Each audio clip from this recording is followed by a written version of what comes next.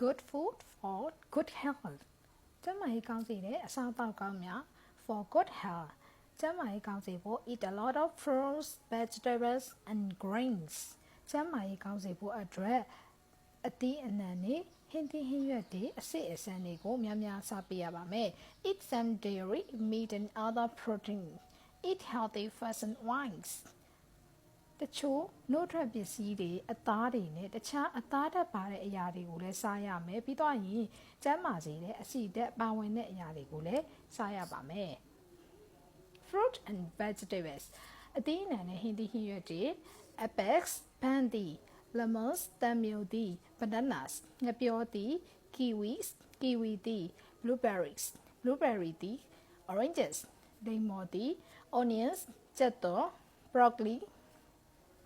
ပန်းကော်ပီစင် potatoes အာလူးတွေ carrots မုံလာဦး lettuce စလက်ရွက် tomatoes ခရမ်းညင်သီးတွေ grains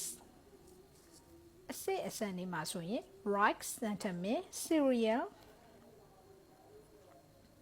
ကောက်ပဲသီးနှံတွေ crackers ဘီစကွတ်မုန့်လေးတွေ bread ပေါင်မုန့် noodles ခောက်ဆွဲ pasta ပုံအမျိုးမျိုးနဲ့ပြုလုပ်ထားတဲ့အီတလီခောက်ဆွဲ meat and other proteins အသားနဲ့တခြားအသားဓာတ်ပါဝင်တဲ့အရာတွေ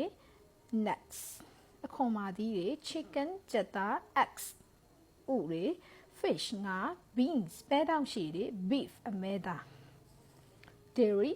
ကတော့နို့နဲ့နို့ထွက်ပစ္စည်းတွေပါ milk နွားနို့ cheese တွေ yogurt ဒိန်ဂျင် fats and wines အဆီဓာတ်ပါဝင်တဲ့အရာတွေမှာဆိုရင်တော့ wine ဆီ butter ထောပတ် mayonnaise cream ဓာတ်ပါဝင်တဲ့အရာတွေပါ